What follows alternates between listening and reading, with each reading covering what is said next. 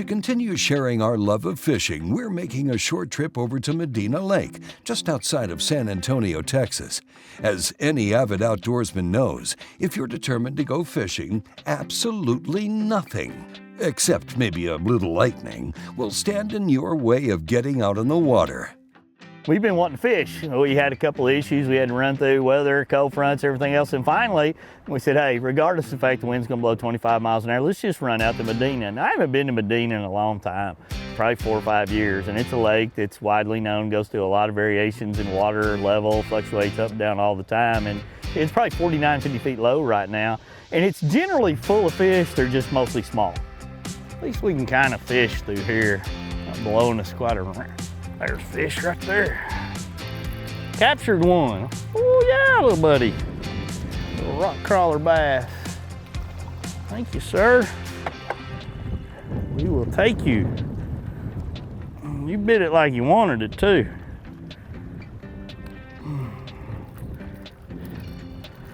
World famous Medina bullet right there. I'm gonna have to get the pliers out. Get you out, we will let you go back. We have on and off over the last 30 years when we come here, we have caught a lot of fish this size on this lake. There we go. Just a nice, healthy little young'un.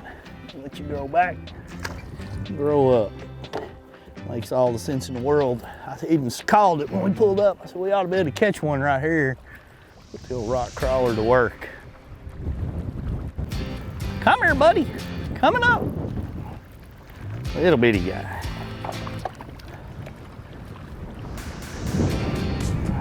I think we have the right color though. Every fish is required the pliers. Oh, there we go, buddy. Medina bullet in its prime. There's kind of fat. We've been eating crawdads.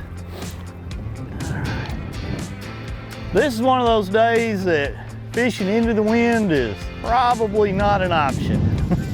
I literally have just put the wind behind me, fishing big, steep, bluffy, channel swing rock banks, and there's few baits better than that rock crawler. It's just perfect for this. You can throw a jerk bait down this too, but with the way the wind's blowing, I just feel like I can crank these almost vertical walls of this big chunk rock.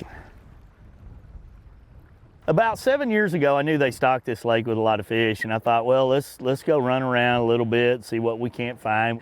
You can see all the channel swings with the lake being really low, and I knew where most of these swings were anyway from fishing out here on and off over the last 20, 25 years. And so, you know, when I see a channel swing, 55-degree water temperature, the first thing that pops into my mind is I'm gonna crank parallel to some of that chunk rock, and I'll tie on like a SPRO RkCrawler. It wasn't 10 casts after I tied that on, we started getting bit and started getting bit repeatedly. Boy, we're just grinding that old bait down into those rocks, just digging it and crawling along through there when we get these bites. And I'm throwing the same one over and over. Got a little bit of chartreuse type of an orange belly, which I really like this color, honestly. I've always liked it. Get a little chalkiness to the water. Being all stirred up with the wind, these fish think they've got a crawdad coming through here. We are flying down these banks in this high wind. It's just a great technique. I got another one right there. Catch a lot of fish. This is a numbers day on this lake, and they do catch some occasional good ones out of here, but it's not very often. It's not something you can plan on, but you know, when you start talking about a pattern and a style, this is about as good as you can dial up for throwing the old SPRO RkCrawler. It comes in multiple sizes, so you can throw some that go a little shallower, some that actually go a little bit deeper. And I'm actually fishing it on 14-pound Sunline Sniper right now. I'm grinding it down to about 8 feet and just crawling it through those rocks. And every now and then get it in front of one that wants it. You can see the wear and tear on this bait where we've been literally grinding it into the rocks right here. And this is called the SPRO RkCrawler for a reason. It gets into those rocks like that. bounces off of them and darts and dives, and those fish are hitting it, you know, pretty aggressively. You can see all the scratch and the teeth marks from them biting and chewing on it, which is what you want. That's a battle-proven veteran right there that you keep when you put him back in the box and you're digging for that color again in the future. You know this one's a proven performer and he comes back out to play. See if we can't catch a couple more. Before we near the end of this show, let's learn about how Wade has his Garmin mapping unit set up across his boat. You know, I've been running a 16-inch screen on my boat for the last couple of years, and this year I went to a pair of dual 12-inch Echo maps. And these units are really unique. You can put your 4 favorites, and you can do lots of other things with them, to where you've got shortcuts to click back and forth. And I've got clear view on my left, and I like that in a situation where I know I'm not going to be running a lot high speed and I want to look at it, and I've got it dominating the whole screen.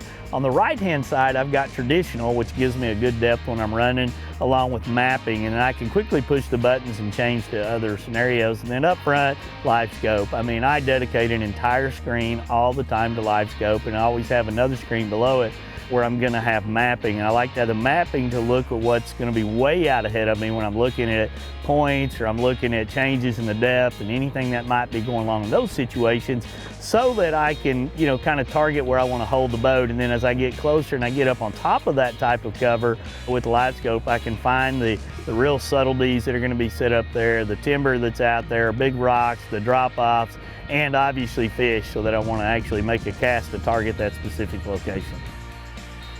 That there's got a little belly on him. He's been eating good. That's fun.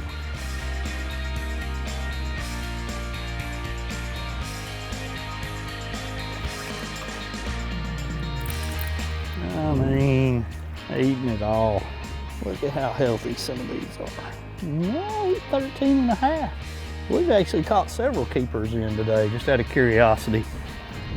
This was a lake we used to come fish these little Friday night derbies, and if you caught one, you probably got paid back then. If you caught 2, you're in the top 3. If you captured 3 keepers, you probably won.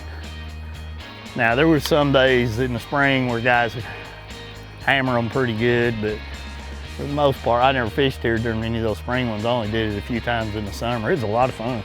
Get a cheeseburger at Red's Cove over there and then fish till midnight, drive home.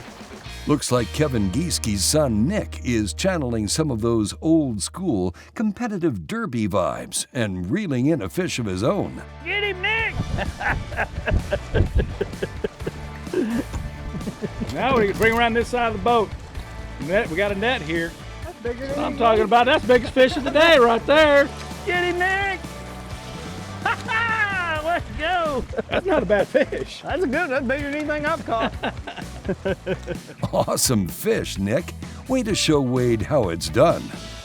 That's fun. You know, when we get out here filming these shows, a lot of times we'll have a camera boat. It's spring break. Kevin's got his son Nick out here, and we tied him on a rock crawler, and he just caught the biggest fish of the day right behind me. That's pretty awesome. Showing us up. Good stuff right there.